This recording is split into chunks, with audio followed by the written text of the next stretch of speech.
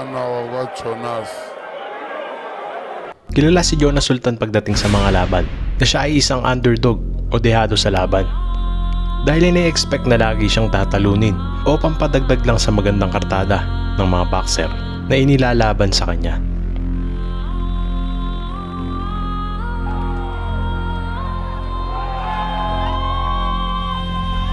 Tulad ng laban noon kontra kay Carlos Caraballo na isang undefeated fighter ng Puerto Rico na mayroong 100% na knockout rate. Ngunit nagkamali sila ng pagpili dahil 3 beses nito pinatumba ang Puerto Rican undefeated fighter na walang sino man sa loob ng Madison Square Garden Theater ay hindi inaasahan ang lakas ng Pilipino. Si Jonas Sultan ay isang eksperyensyadong fighter dahil lumaban na ito sa mga naging world champion ng Pilipinas tulad ni na Sunny Boy Haro, dating WBC World Flyweight Champion. ต้นยก6ครับแต่เราดูตามคะแนนที่4ยกแล้วก็เรายังเป็น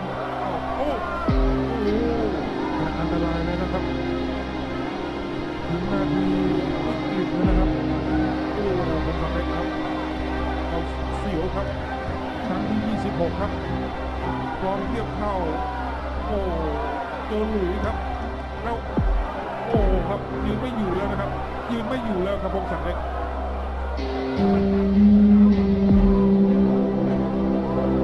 เป็นการแพ้ครับที่สำคัญมากครับ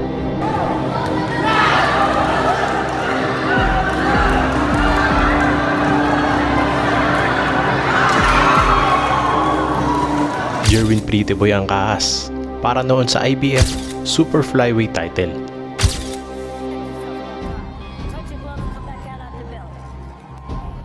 Sultan trying to keep that head up, just leaning into the backhand a little bit. Good look at this first 3 minutes is to try to slightly progress defending a WBO Mariano Carlos. Good right hand there from Sultan. Round 3 looking for you. At ang pinaka-controversial sa lahat, kontra sa angas ng Pinas, Cuadro Alas Jan Real Casimero.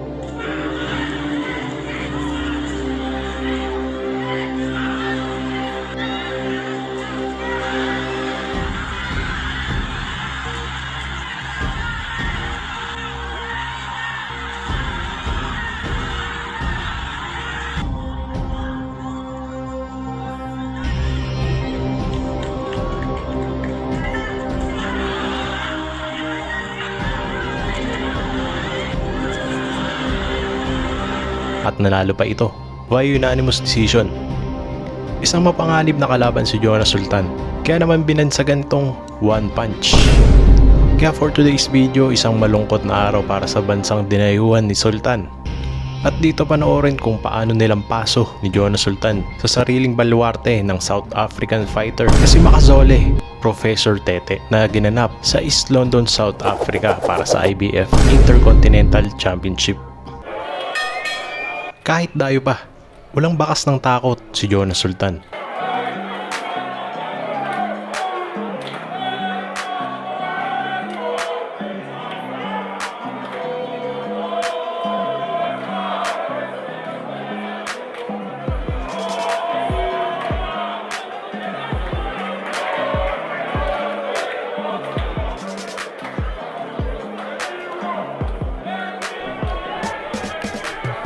At panay ang atake at abante patungo kay Tete.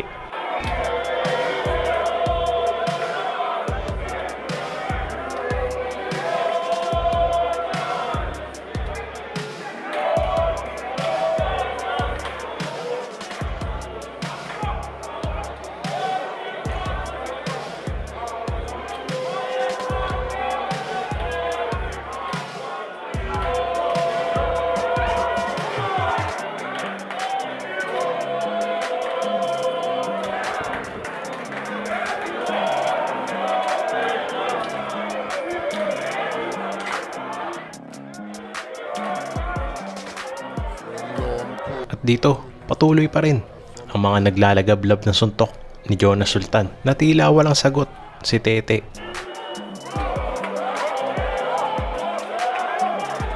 Yabonakala ukuthi ukhohlakele lo mfana.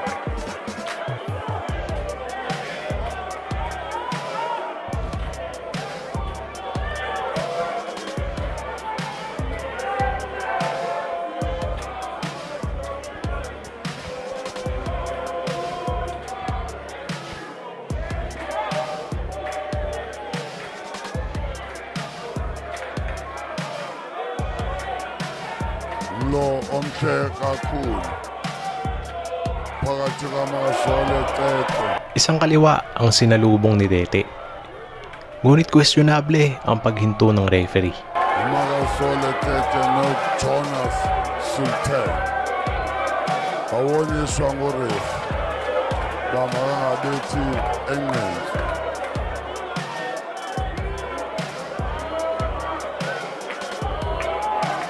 Phinda jongana sengijikelo oqala khangele kubonakalisa ukuthi ngumlozi othakisa inhlansi lo. Kuba lo mfana wasePhilippine ubonakalisa bungangamshabo kaParkman.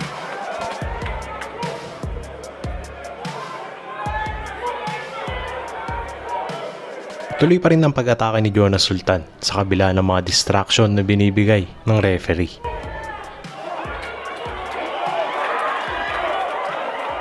Wow, he's throwing dangerous punches as early as the first round. Yefaka lokhu indlela abaqalelwa ngayo abafana. Into yokuba bangaba ifight usiqedile emthansane yaba sengxakini. Hindi nagpa-apekto si Jonas Sultan sa mga tawag ng referee at patuloy pa rin ang kanilang game plan. Kungabikho ndlela yokuba singaphuma kaphela umjikelo. Pagpatak ng round number 2, hindi inaasahan ng mga tao na nanonood dito ang sasapitin ni Tete. Qala nge-jetpack yokuqala uJonas uMakazole ngujongile kwethini ulele ekhaya phambi kwabalandeli nababukeli bami. Othetha nayo uMakazole wathi lihlanzo into ewayenza uGideon Buthelezi owafika kumlo engawulungiselelanga ngendlela yiyo. Uthi kuleni game Nanatiling focus si Jonas Sultan at maya-maya pa wathi abathande nababukeli bomdlalo wamaningi. dito nagpaulan ng mga malarapidong suntok ng tinaguri ang one punch ng Pilipinas na si Jonas Sultan. At dito makikita kung gaano kagrabe ang binigay na brutal knockout ni Sultan.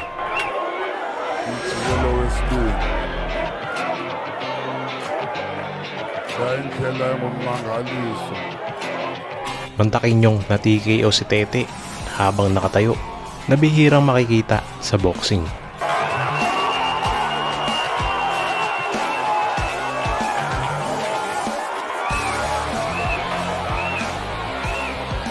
At dito nahirapan na ang kampo ni Makazole Tete na gisingin ang kanilang fighter.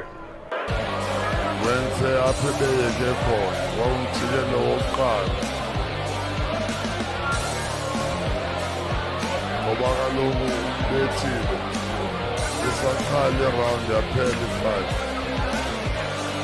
abuya umjikelo wesibili wathi kusenjalo waqala apha ebeyeke khona i-blows azibethileyo. Wagi si Jonas Sultan via TKO sa round number 2 at nakuha ang IBF Intercontinental Junior Bantamweight title sa impresibong panalo.